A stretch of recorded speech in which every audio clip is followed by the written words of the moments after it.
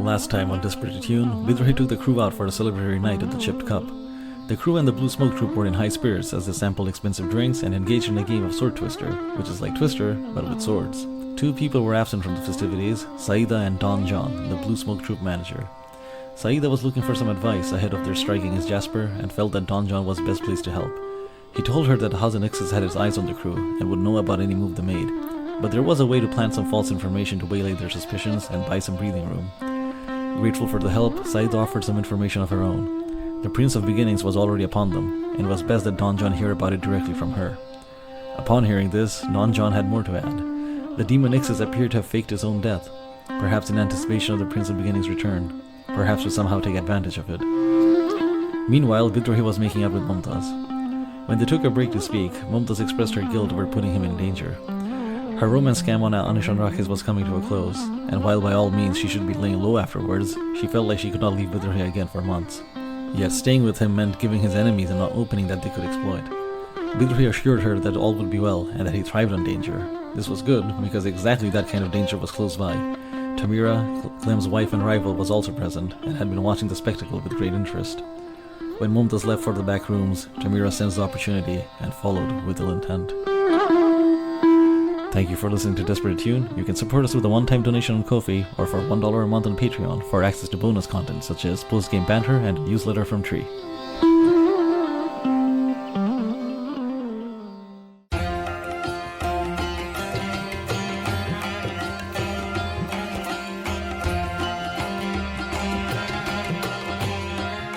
Uduasha City, where the sun is a mirror and the moon a shadow, where dancers cavort in forbidden operas, making love to forgetting and flame, where the wealthy play at war with silver swords and silken sashes, where the people mine the dead heart of a burning star for cannonballs and pipework, and where 1,000 secrets hide in a forest of paper and ink. Here, the 5 keybearers reside, the 5 who know the secrets of the broken gates of death. 5 only. There is no 6th spire, forlorn and forgotten in the desert. There is no one who looks to the displaced, the poor and destitute and landless, whose ancestry has been stripped from them by foreign looms and foreign sparkcraft, and no one has ever heard of the House of Ending. But this is their story. Their roots pulled up and burned, they stand in filth up to their necks, and that is precisely why they must keep their heads ever high. Welcome to Uduasha, immigrant. May it fear the name of the house you will build. Welcome to Desperate Attune, an actual play podcast about characters with their identities in peril, played by an international cast devoted to fiction-first gaming, collaborative world-building, and complex character drama.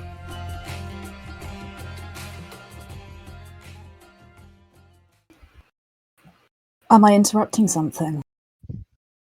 Mumtaz, I think, is the first to answer, and she says, yes, actually, I was going to get changed.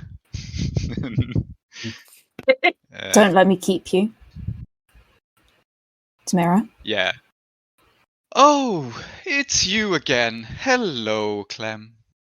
Tamira says. Any reason why you followed a girl to a changing room? Well, I thought I might look into getting myself something new as well. Something nice, you know. Maybe I'll wear it to the opera. All right. What's this about? Why are you following me? Why are you even here, Clem? Why are you even here? Yeah. There's like a tense standoffishness. Why? Well, I asked you first. Yeah. Oh yeah, that's how this works, right? Like, yeah. And she sighs and she says, I'm here because I heard there was a great party going on, and I'm also here because well, the drinks. I'm in the business, you know how it is.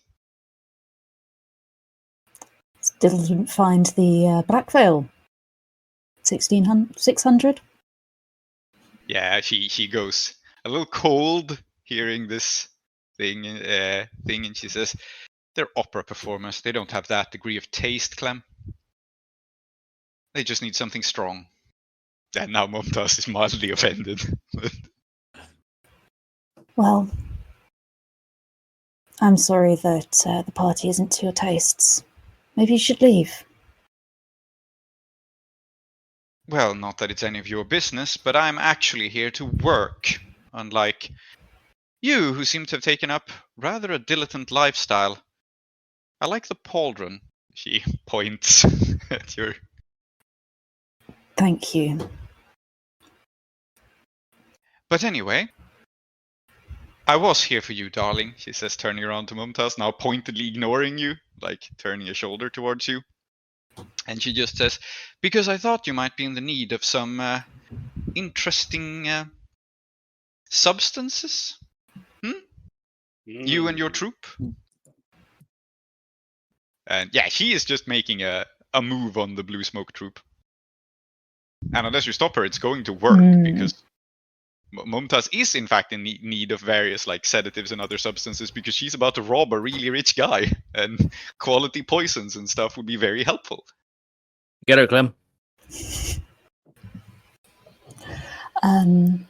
I think, so Clem is going to stalk across the changing room. Go, no, eyes on me, Tamira. Come on. And I think make to back Tamira into the wall, away from Mumtaz. Okay, sure. Yeah, it's some sort of action roll, and I think it's risky. Tamira is here alone. She doesn't have her like thugs and stuff around, but she's a resourceful woman. I don't think it's controlled. Yeah. Yeah, you're cornering her, yeah. I feel like this is probably a command. Yeah, threatening. That sort of thing going. Absolutely. Would having a gut wound in this affect it? Or would that be more intimidating? I feel like it plays in here, actually, because you're still relying on your physical strength and presence. And if you're like limping slightly, I think the wound, unfortunately, is a problem here. So command with -1 die, risky standard. And your standard effect is you can corner her and scare her. That's... Oh, I don't want to scare her. Okay, well, corner her. Were you going to assist, Mushfiq? You can, but I can assist for free.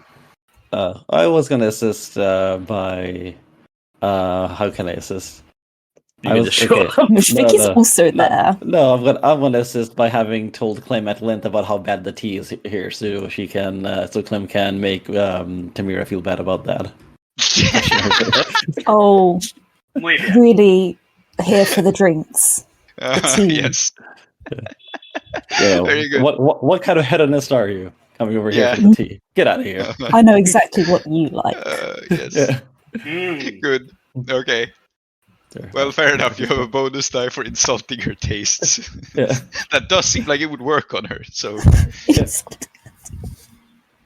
flaunting okay, of saying so that my compensates word. for So that compensates for your -1. So now your risky standard 0 bonus dice. Fantastic. Any devil's bargains to be had here? Okay. What's a cool devil's bargain? Okay. Mumtaz used to have a drug problem. Oh no. Yeah. Now I think an interesting devil's bargain is I'm gonna lean into Mumtaz being scared of you. She doesn't know what's going on. Someone turned up, was like, hey, I want to sell you some drugs for your big score, and then someone threatens the person.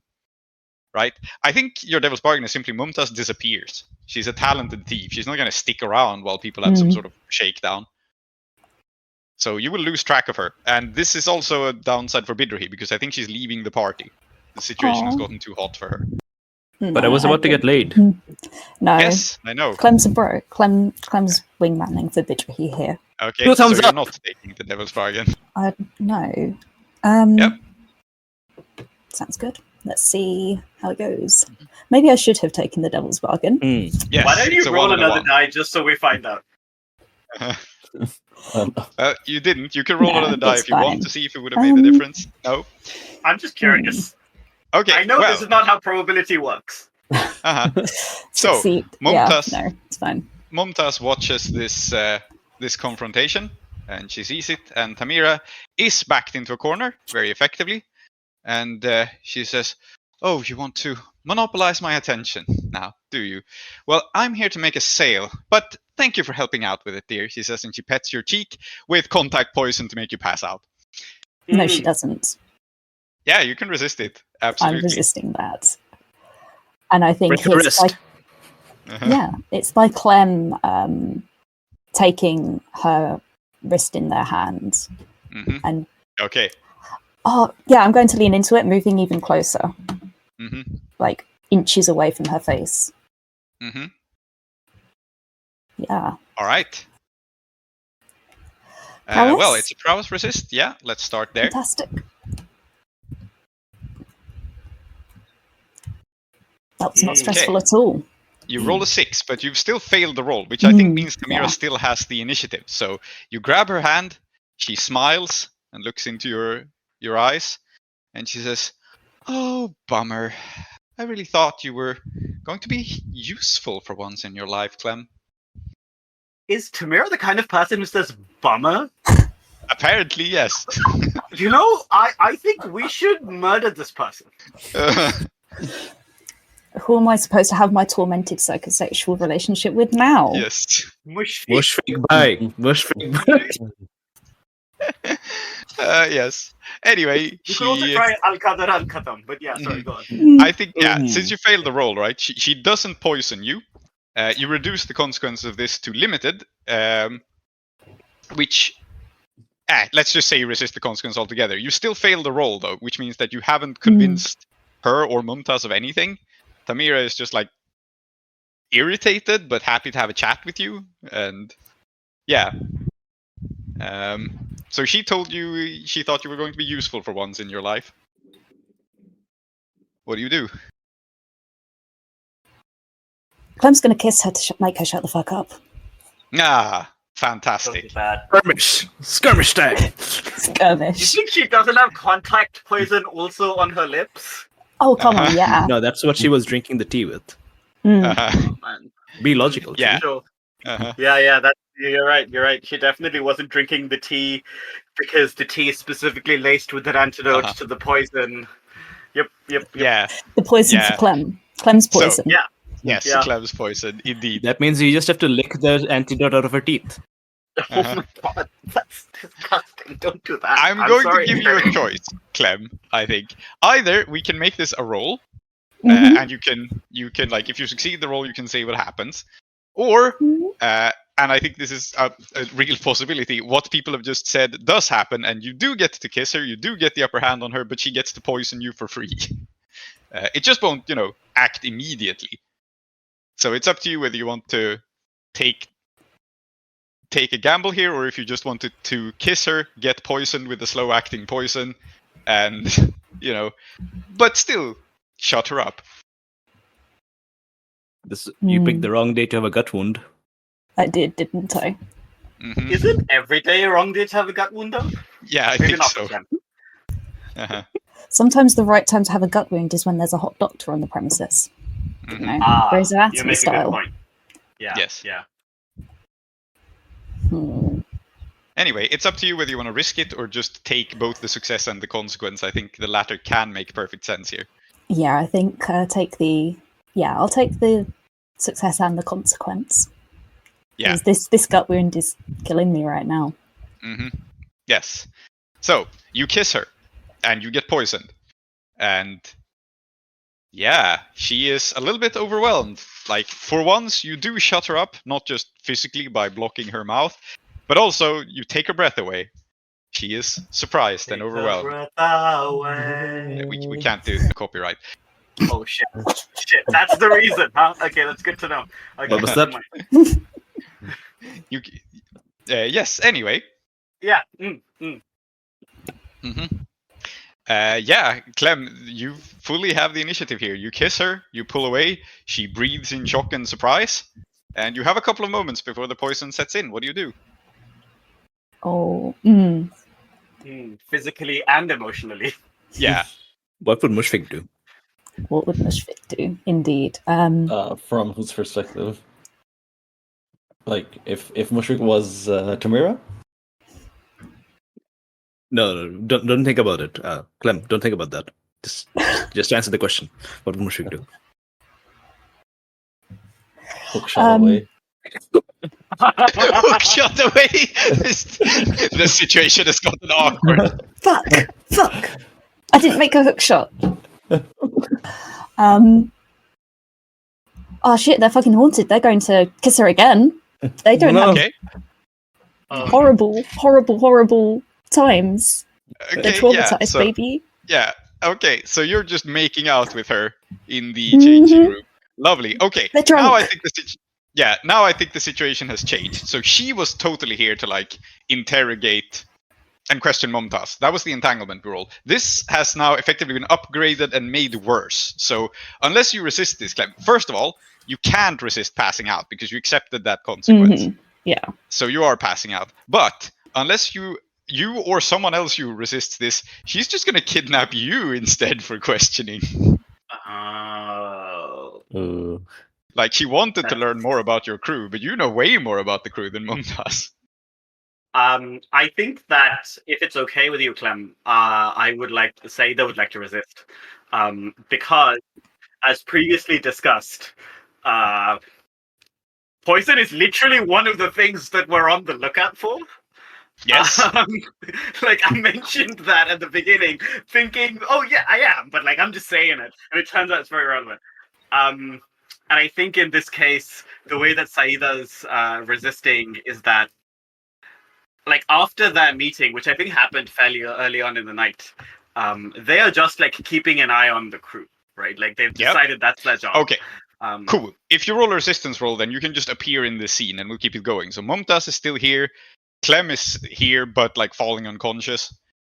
And Tamira is here. So start by rolling a resistance roll to appear in the scene. Why is Mumtaz still there? She hasn't had a chance to escape. 2, she hasn't had a chance to get changed. 3, this is kind of hot. Like, Also, not gonna lie. Somehow both hot and funny. Yes. Hot and Aren't the pathetic. hottest things always funny, though? Yeah. They're not, but I wish they were. Yeah, that's what Bidrohi is all about. Yes. Indeed. Do you think it's insight to realize what's going on, or prowess Yeah, to I get think here fast enough? I think it's insight to realize what's going on. This is much more about keeping tabs on everything that's happening, I think. Makes sense. I get 1 bonus die because For all we know, you could be literally in the next room. That would make sense, actually, because you were in a supply closet and this is a changing room. They're probably very near each other. So That's true. The supply closet is surprisingly big, right? But from the outside, it does seem like a supply closet. I rolled a 4. yeah, so you take 2 stress and appear to see this. And as Saeeda appears, how I'm going to frame it like this, Clem, you have a temporary level 3 harm, which means that you can push yourself to act. So I'm not taking you out entirely of the scene, but you are like very, very groggy, and it will cost you stress to do anything other than to like slump down and lie around. So you can still fight the poison, but it'll cost you stress. I think I appear, I see what is going on, and I will say, now, which of you wants to be murdered first? What a thing to say. Oh, Saeeda. Probably yeah. Tamira. Yeah. Mumtaz looks your way, and she goes, I'm just trying to get changed. You are one of the people hosting us, and my friend couldn't tell an elephant if it tore her head off right now. You see the look in Clementine's eyes? Yeah, that's what that means. So either you're in on this or you're incompetent. And you're the one Clementine has a history with, aren't you? Yeah, I've heard about you. Yeah, Tamira no. sighs, I think, and she says, oh no, Clem, talk first. No. That's it. That's all Clementine says, huh? That's Yes. great. I love it. Yeah. Yes. Tamira, I think, says, I am here to make a sale in which this person unwisely interfered. But, she turns towards Mumtaz, you can see how effective my product is. So you admit, huh? Well, that's great. And I'm gonna pull the butterfly knife that Okay. Clementine gave me. Okay, and shit. flick it in my wrist. Do like one of those flashy, like, ooh, I'm so fun kind of things. And I will say, in the chipped cup, you do business out there like everybody else. You don't do it in a back room because you're so scared someone will edge in on your competition that you have no sense of tradecraft at all. And I think the reality is the reason Saeeda knows this is that that's how bad they are at doing this kind of thing, right? And I Okay. think what is happening here is that I'm implying that even though the product may be very good, there are certain conventions to be followed, right? Like the chip cup is like where this kind of thing happens. Is it a bad idea for Bidrohi and Mumtaz to be making out in front of everybody and potentially like showing everyone what's going on? Yes, but that's what you do in this place. Okay. And Yeah. you have to respect that. So you're trying to invoke the rules. Yeah, I think it's Yes. an action roll again. Yeah, I absolutely. think it's standard effect, and your effect here will basically be, okay, you can get Tamira to fuck off from this room, at least. She's not going to stop following Mumtaz around, but she's not going to make her move here and now if you succeed. I think that's all I'm looking for right now for standard effect is making sure that, like, if Tamira wants to make a move, it can happen like in front of everybody else. But I need to make sure that like Clementine's fine, and for that I need everybody to exit the room. Yeah, so that's standard effect. And in fact, it'll probably be Mumtaz looking up Tamira later because, I mean, she did get a demonstration. That's some effective... Like, that's exactly the kind of thing you want when you're running a romance scam and you want the guy to go to sleep so you can steal all his money. And like the fact is that like I can I don't have anything personal against Tamira, right? Like I mean you do what you need to do, man. Like it's just that like you can't fuck with Clem. That's not allowed. Yeah. However, you are drawing out a weapon, so this is pushing it, but I'm still gonna say risky. It's not necessarily desperate yet, but we're getting there now. Sure. Yeah. I feel like this is more command than sway, though. Yeah. Right? Because I'm literally like pulling this knife out, right? I don't know if it's like, and it's not a bluff. I will speak a lie. And it's possible that it's an outrageous, bold-faced lie, and it's possible that it's going to really get me in trouble. But I'm going to look straight at Tamira, and I'm going to say, more than one person has had their face very carefully peeled off their skull with this knife. Okay. Sure. And you are delivering a menacing threat with a bold-faced lie. Yes, you can get a bonus dice for this. That's how your ability works. This is increased effect. Okay, so you're not going for bonus die, you're going for increased effect. Unfortunately, like the way that I wrote this was increased effect. Good, so it's risky, great, and I think this will scare Tamira off of doing further business in this situation at all. Oh, I was going to assist. Can you? Aren't you unconscious? Can I assist? You can assist where you have a level 3 harm. Yeah, absolutely. You need help to take actions yourself. That's all the level 3 harm does. Then you should do that. How are you assisting? Help would be good. Because, I have one die in command. Spending stress is basically all you can do with the level 3 harm, so... Actually, I'm going to spend 4 XP, take another dot in command right now. Okay, very good. And Clem, how are you assisting? How am I assisting? I'm going to assist. So Clem is slumped by the wall, and they limply let's drop some Clem lore. They're going to tug at Tamira's dress because, as you said, she needs somebody to hold her dress for her and say, I still... Don't you remember the vows we made to each other? I'm going to unbalance her. Incredible. Okay. Yes, so that's an assistance die. Lastly, I have a devil's bargain for Saeeda, which I'm not sure if you want to take or not. But you have the ability to invoke the authorities of a place. and Yes. you do magic bullshit. You do like fate things. You can, if you wish, Yeah. invoke the supernatural authority of the chipped cup, and this will have effect. Ooh. You know what? I mean, like, the answer to this is always yes, but also, I love the idea of.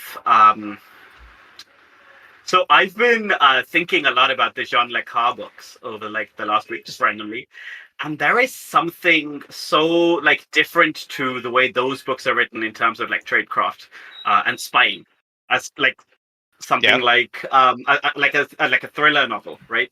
And I like the idea of a supernatural entity that is not about, or like one face is the show, right? Like one face is the chipped cup that's outside, and one face is the very like the work needs to get done, and sometimes that means you have to shoot somebody in the back. Sometimes it means you have to double cross somebody, and these are not like fancy things, right? Yeah. What will happen here is that you are going to invoke basically the spirit of this place, and it is going to nudge fate. And you can get a bonus die. And I'm purposefully not revealing entirely what this means. 100%. I know that's not fair play, but I'm doing it. No, I love it. You can not take the bargain if you want. So, no, I think I will take the bargain, and I'm looking forward to this being linked to Ixis also in some way, because I presume that this is again the kind of thing Ixis might do, might maybe pretend to do, might pretend not to do. Who knows? So risky. Great. I will get 2 bonus dice, 1 from an assist and 1 from this bargain. And I rolled a 6. Okay, you roll a 6, so you scare the hell out of Tamira, and she, I think, with great effect here. It's not that she just like runs out of the room; it is that she realizes that you mean business, and she's going to do whatever the hell it is you tell her to do. So, what do you tell her to do? I'm still flicking this knife, and I know that I've successfully told a complete lie, so I better back it up, right? And so I will say, it's very simple. You want to sell Mumtaz your product. I'm sure she's interested. You do it out there like everybody else, and you do it in the way that everybody else does. And that's business. But if you want to fuck with Clementine of the Rising Moon School, you take it up with me. Yeah. All right.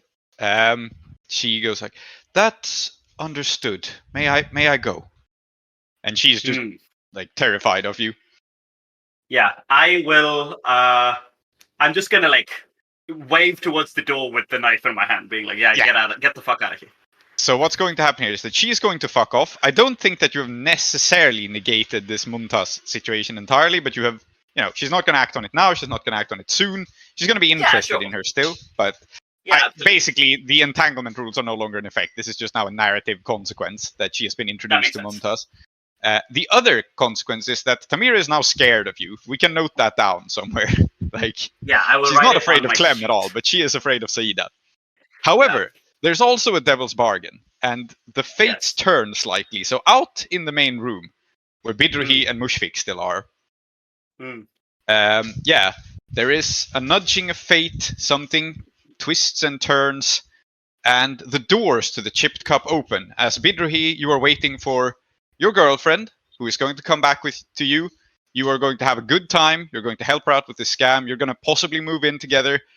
It's all laid out in a plan. And then a woman enters. She steps into the chipped cup in shades of rose and gold, and she is the most beautiful woman in Uduasha, and she commands it utterly and absolutely.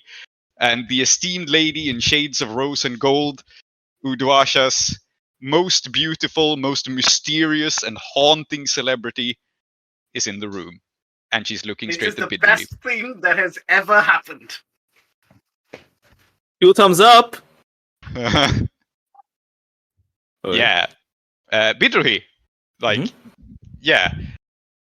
I think this is one of those situations where we have an NPC that is badass enough that you need to roll a resistance roll. Normally this happens in combat if someone tries to shank you, but I think the lady is good enough at social manipulation that you're going to have to roll a resistance roll, not for her to steal your attention right now. Doesn't mean you fall in love with her, but she steals your attention unless you resist it.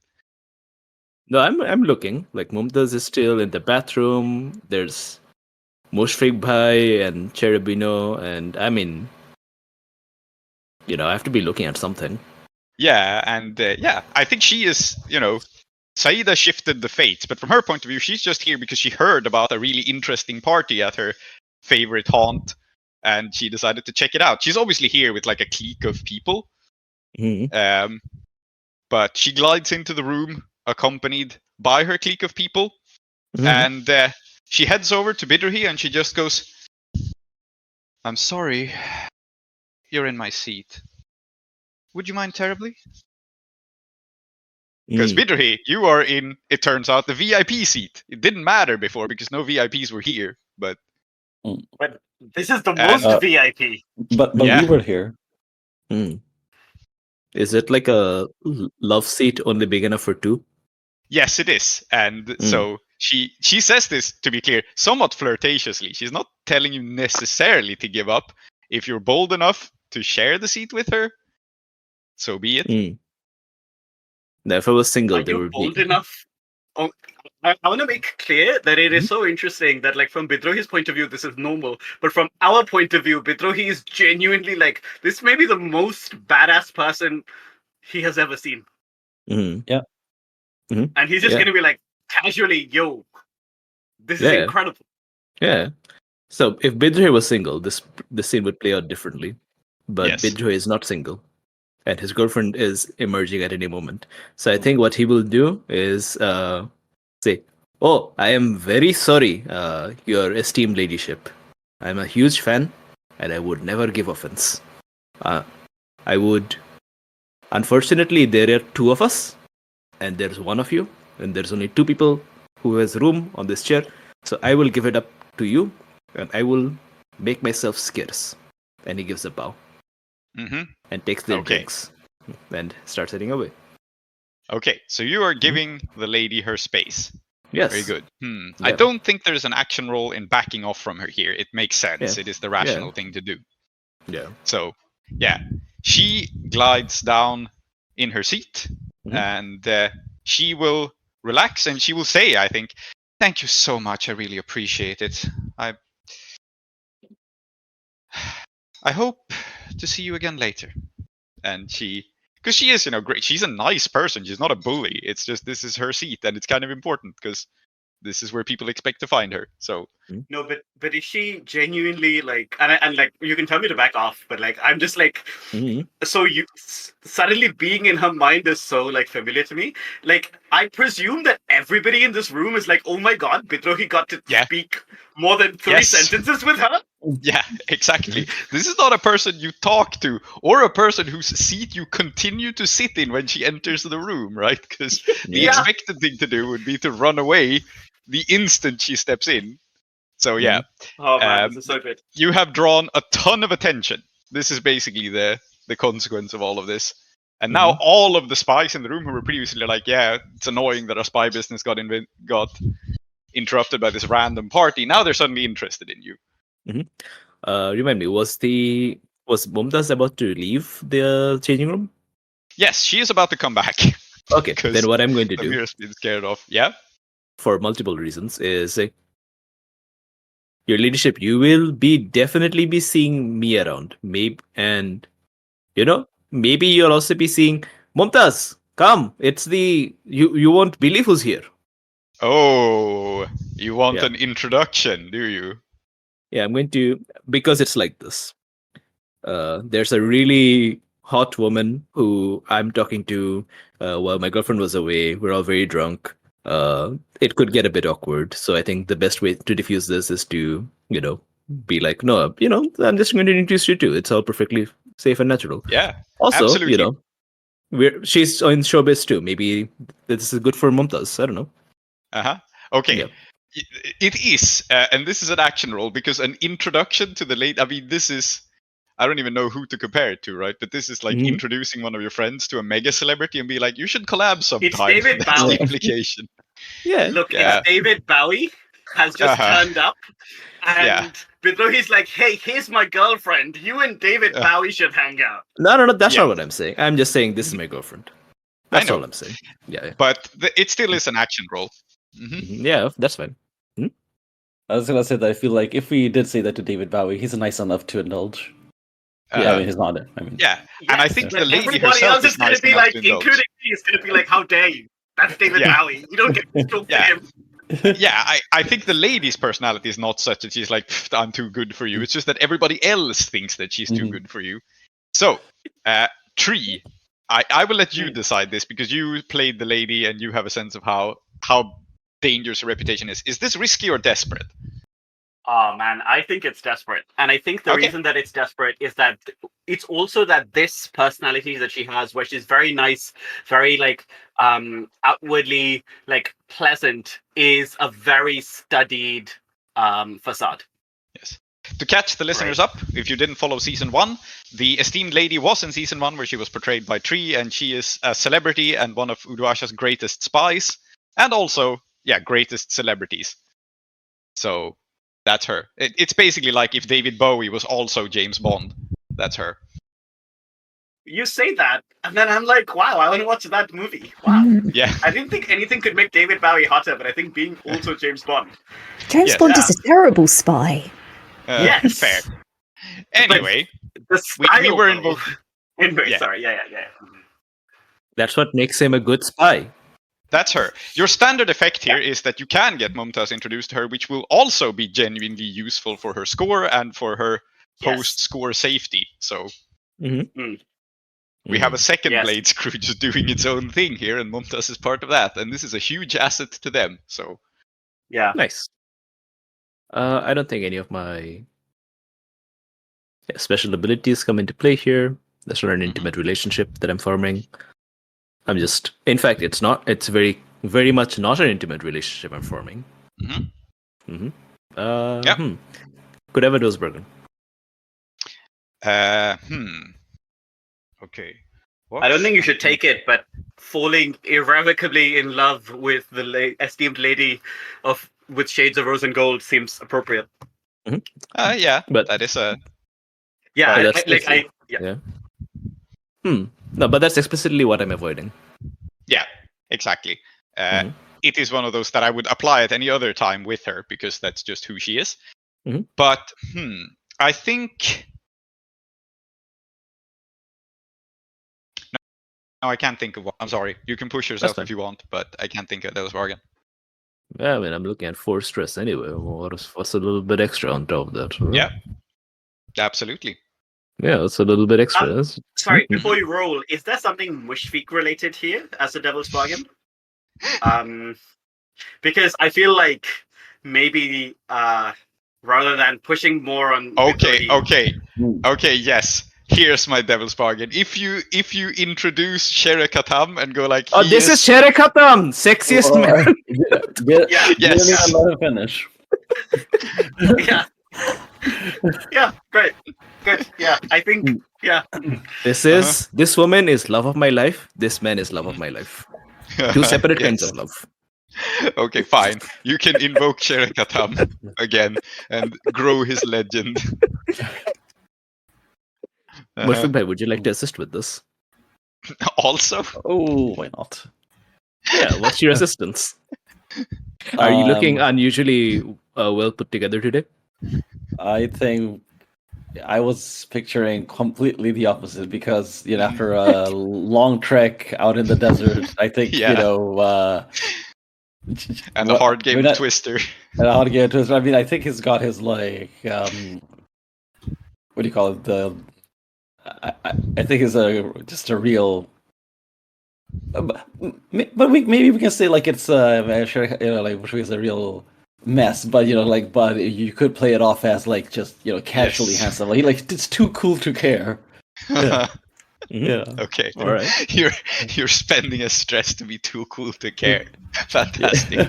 Didn't we also establish that the lady is like secretly is surprisingly vulgar and like down to earth? Yeah, no, she is. Like her public persona is very graceful and elegant, but she like is very vulgar and down to earth when like the cameras are off equivalent. So this probably appeals to her personality. Yeah. All right. I should just clarify that Mushfiq is definitely not too cool to care, but it might appear to someone Yes.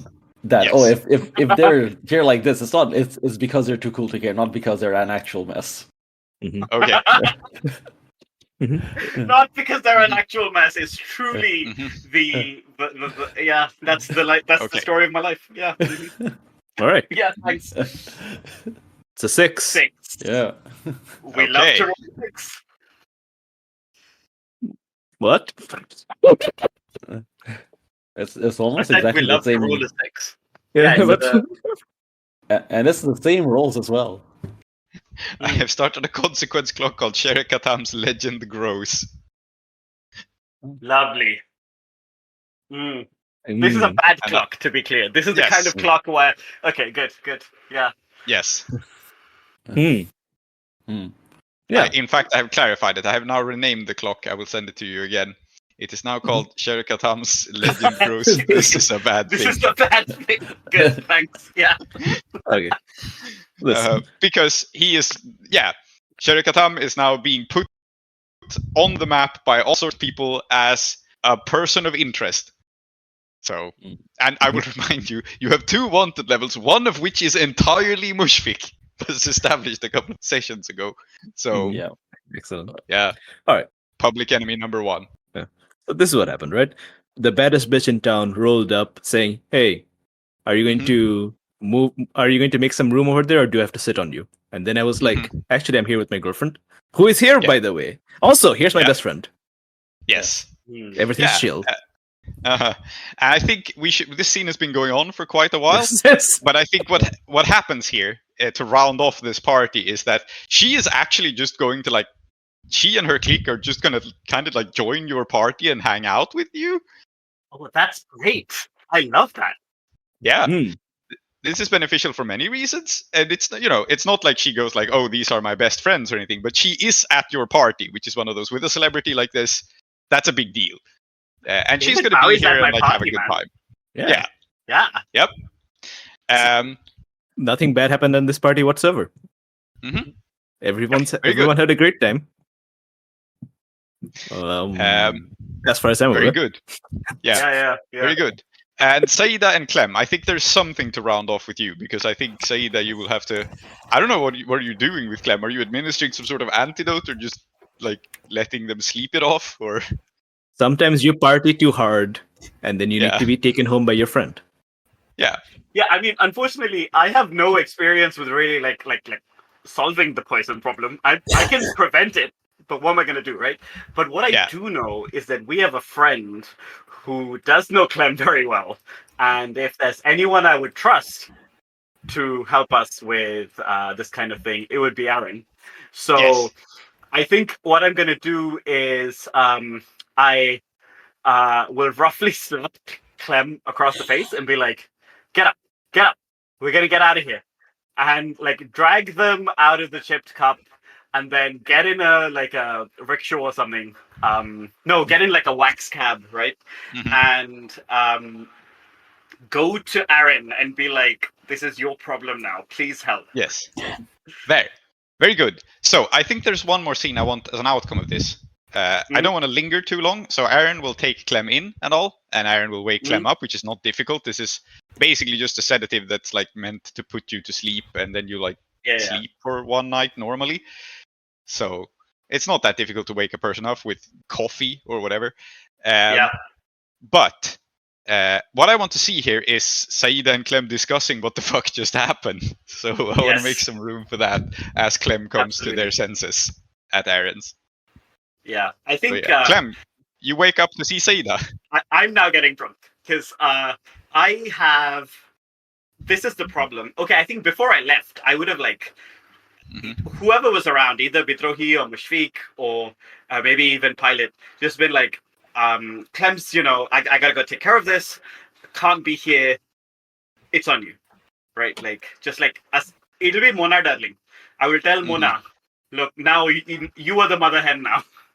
Yeah. Very good. So. Yeah, and now I'm drinking with Aaron. Yeah.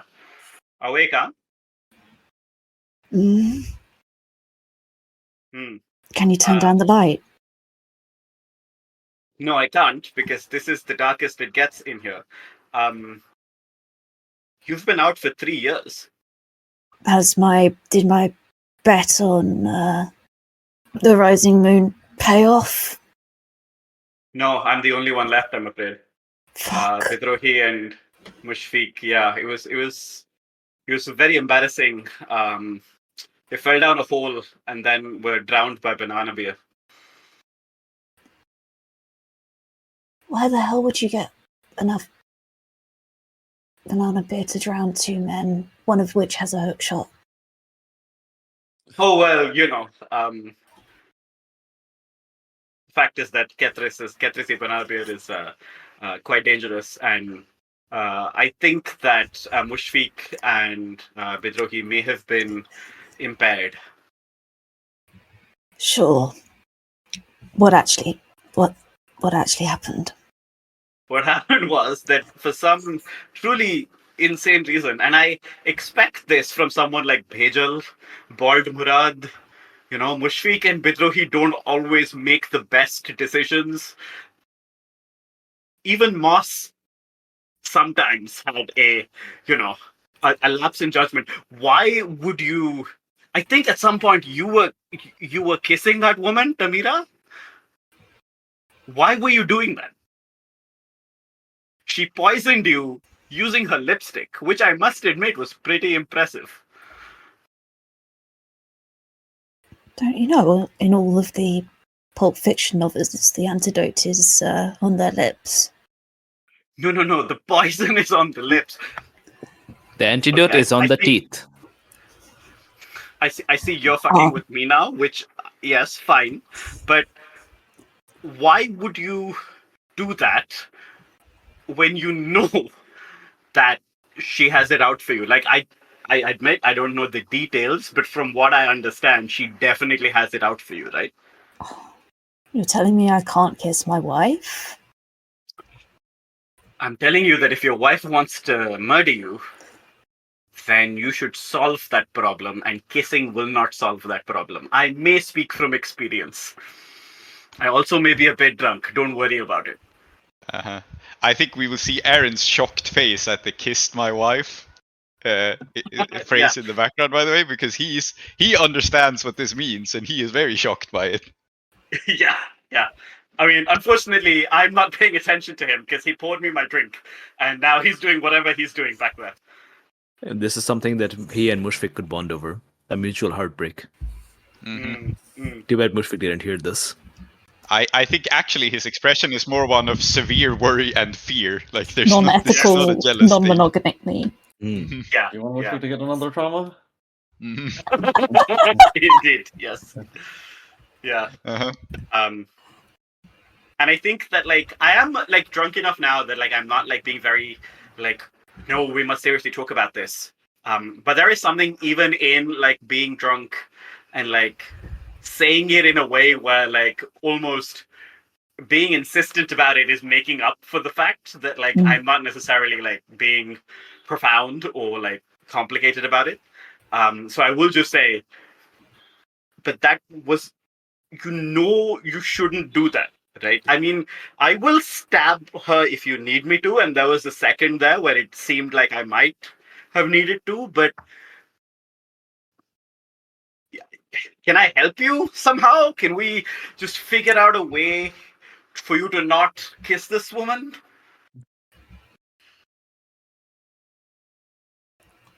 I didn't know you cared. But You didn't. Sit down. What do you mean you can't kiss your way out of this? I want to hear that story. Okay, so, and then I'm gonna look back at Aaron and say, do you wanna sit? Because my neck's gonna kill me.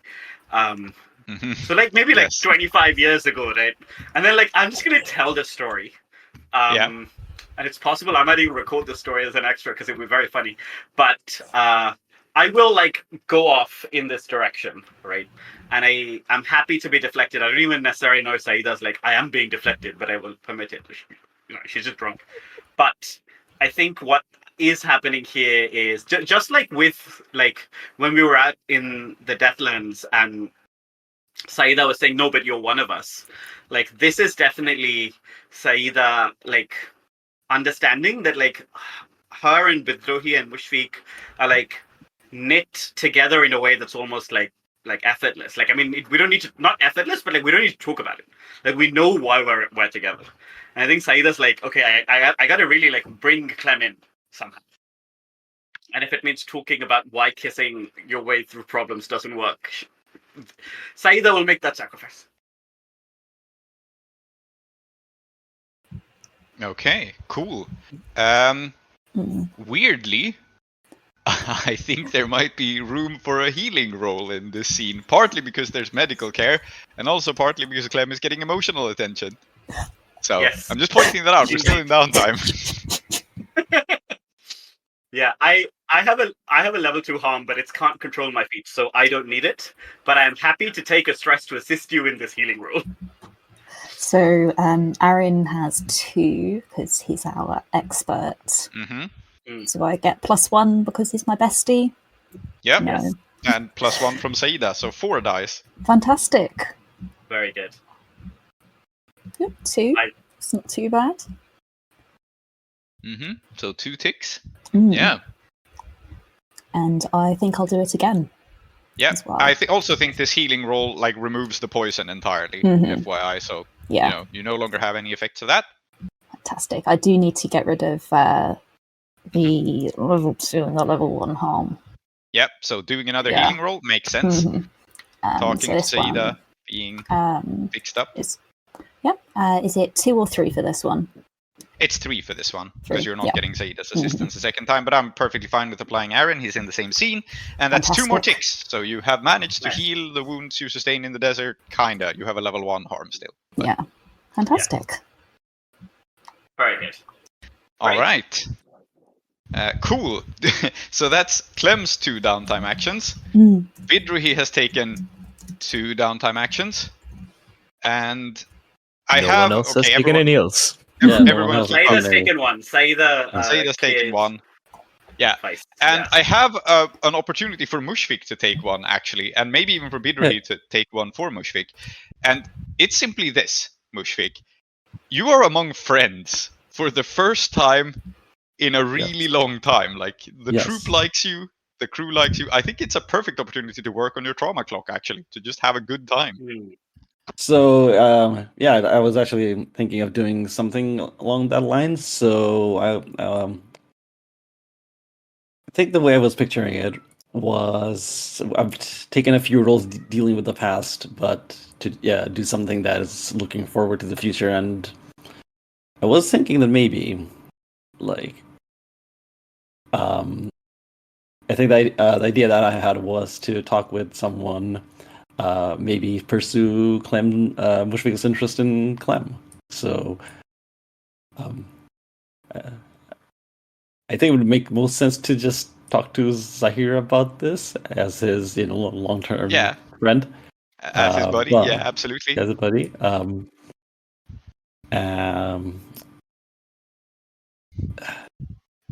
I think also, I mean, if Bidrohi was involved in this in some capacity, that would be funny. But, Yes. What are we doing? I Talking- think Talking to Zahir about Mushfiq's interest in Clem. So, Oh, I see. yeah, so the general angle being that for the first time in a long time, Mushfiq is actually he has people around him that he's enjoying being with. Mhm. Right. Yeah. So I guess would Bidrohi like to be involved? I mean, of course he would. But how would Bidrohi be involved in this conversation about Mushfiq's love life? Brunch. Hair of the dog Brunch. that both bit us. Okay. Oh, between you and me, Sherekatam. It was a different dog biting me last night. Oh, Do you need to go to the hospital, Bidrohi? No. Still limber. mm. How was your night? Oh, hello, Zahir bhai. yeah. Yeah. He is here at the party. Obviously, he is drinking something. He goes, I don't know what this is, but I like it. Mhm. I think they said it's from Sunfall. We should go there sometime. No. I think Mushfiq's face turns a little dark. He doesn't know why Vance says no. I've been told not to go to Sunfall. Oh, really? So I think I think we're like framing this as like the party went on into day. Now it's brunch time. Yeah. Oh, is okay. it the next day now? We're still at the chip club. Yeah, okay. You're Oh, still sorry. at the You still haven't left. Okay, interesting. Some of us have left, and It's I'm bottomless Well, brunch. I'm asleep. To be clear, I'm sleeping off my hangover. Yeah. But I think what Fair happened. I think what's happened is we were there. We probably passed out. They started cleaning up around us, and then that woke us up again. Yeah, Mm. and now you're having the hair of the Yes, dog. very good. Absolutely, sure. Yeah. So, Sahir is getting into the Sunfall stuff, Mm. and he goes, "Oh, really? Not to go there? Who told you that?" Clem did. You met Clem, right? Is that here? Oh yeah, Clem. Yeah. Clem's. Well traveled. waggling my eyebrows at Zahir Bhai. Yeah. Yeah. Okay. He notices this, despite that he's drunk. I think it makes more sense for Zahir maybe to ask or notice it than for Mushfiq to bring it up, right? Mhm. Yeah. Yeah. So he says like, "Oh, Clem, yeah, well traveled, Mhm. good fighter. You two getting along?" Oh yeah, I mean, I think because Mushfiq is slightly inebriated, his sort of let his guard down a bit. So I think he'll talk more freely, right? Like I slightly inebriated. Still slightly inebriated. Oh, okay. He slept most of it off. Now he's back. Yeah. Now he's having hair of the dog. Yeah. I see. Okay, that's good. And he goes, "Oh yeah, I mean, talk about a fighter. Like, Mhm. wait, Mm-hmm. what does Bidrohi have to say?" I'm going to slap Mushfiq at the thigh and say, Sherekatam, I noticed that. Okay, so I left and Mumtaz and I left, didn't see Clem, saw you. And now, back in the morning, Clem is not gone, but you're back. What happened, huh? Because something must have happened. You are a man who takes opportunity by the throat. I mean, actually, I don't know what happened. I was here in this room. Clem just went off for a bit, but I mean, whatever it was, I'm sure she's fine. I mean, Clem. I mean, they can take care of themselves, I think Bidrohi blows a raspberry and gives it 2 thumbs down. Mm-hmm.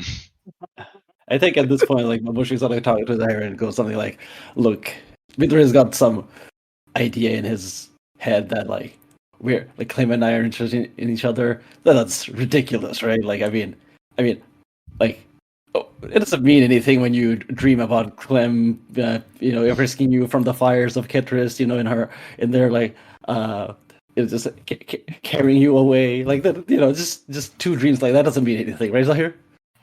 Mm-hmm. It's just 2. That's not too many. I think it's time for your roll to see how deep in denial you are. I think Zahir and I are just looking at each other. Okay, so you get a bonus dice from Zahir, and I guess you're consorting because you're just talking.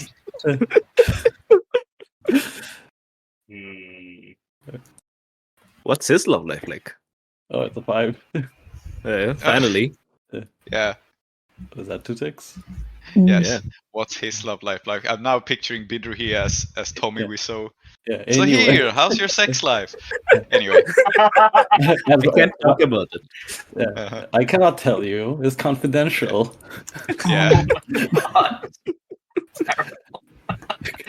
Can I spend my coin in my stash to turn that into a critical?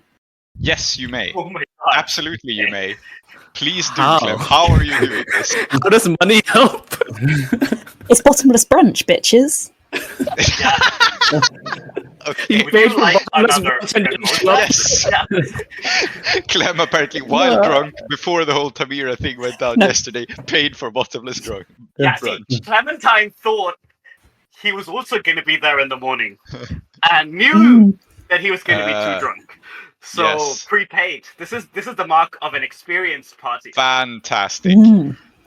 Okay, 2 things going on here. First, I think we're now in a position where Mushfiq may also indulge vice, because there's a lot of good food suddenly.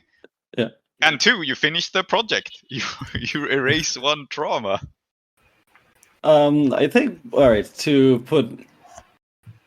actually make this make sense in fiction, I think what I don't know if we have time for like a lengthy scene, but maybe we can just say that I think one of the things that's been troubling Mushfiq is his survivor skills. Yeah.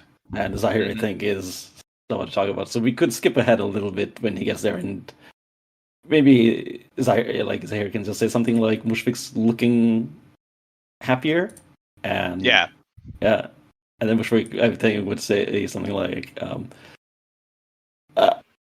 think Mushfiq actually like sincerely looks at Zahir and goes like, is this all right? Like, is this all right? Like, is it okay? Because I do feel good, but like, I mean, is that okay? Is it okay to feel good again? Brother, we're here.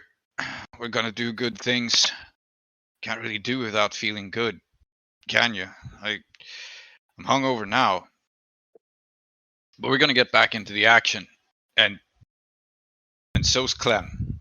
They're a good person. And way I see it, they're trying to be good to you. You should try to be good to yourself. You know? And he finishes his sunfall drink.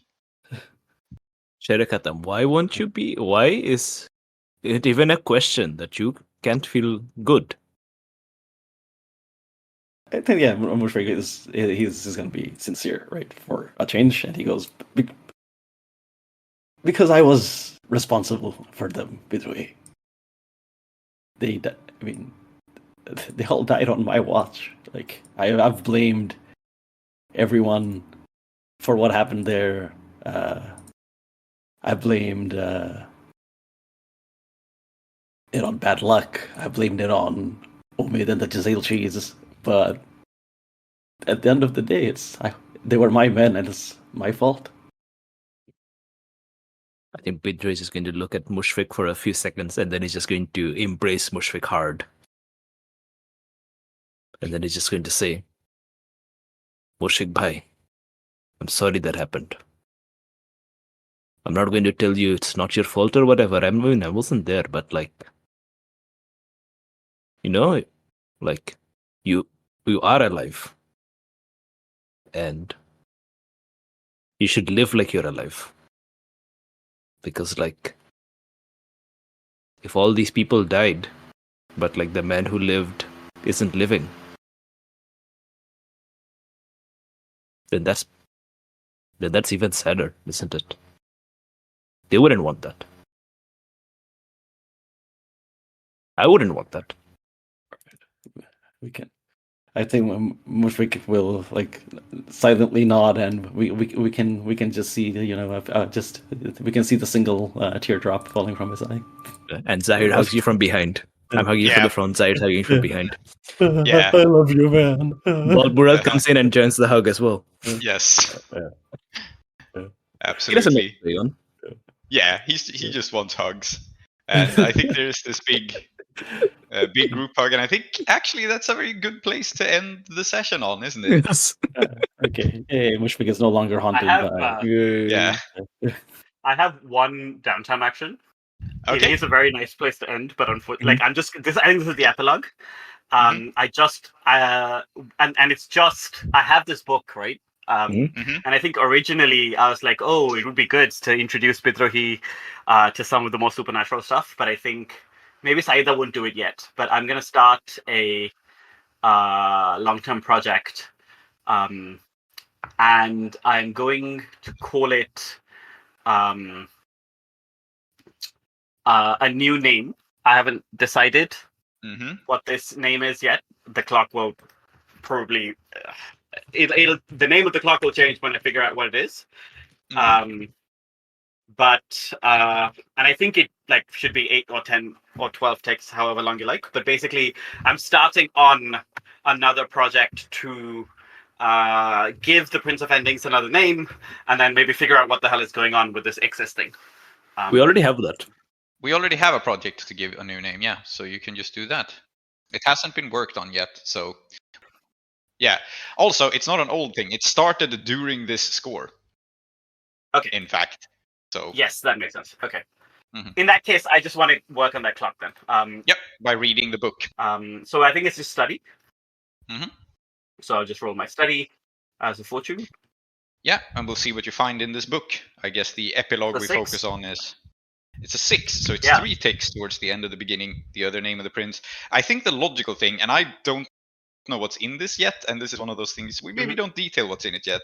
But the logical Sure, thing, of yeah. course, is that you actually read the play that you performed when you awakened Salman, Yes. where Yeah. Great. where Moss was pulled away to live another lifetime. You read this, and I think the interesting thing that happens is that you finally understand what happened to Moss back then. Like, actually understand it. Mm. Yeah. Yeah. Absolutely. I think. Mhm. I think that's an interesting place to end, at least for Saeeda, is how we how she finally kind of gets how fucked up Moss was by that entire experience. That's definitely interesting. Okay. Yep. Good. We will wrap it up here and move on to our Patreon exclusive. To the rest of you, we will see you next time. Here close the doors to the house of endings. Those who dwell within are Zoheb, called Klow, Aadiyat, called Soap, Symmetry, called Tree, and Salty. I have been Prince, your host. Our city of Uduasha is based on Blades in the Dark by John Harper and Evil Hat Productions, with special thanks to Johnstone Metzger. Follow us on Twitter or support us on kofi.com/desperateattune. If you want to engage further with us, we also have a Patreon at patreon.com/desperateattune, where you will get our newsletter, extra content, and updates from Uduasha.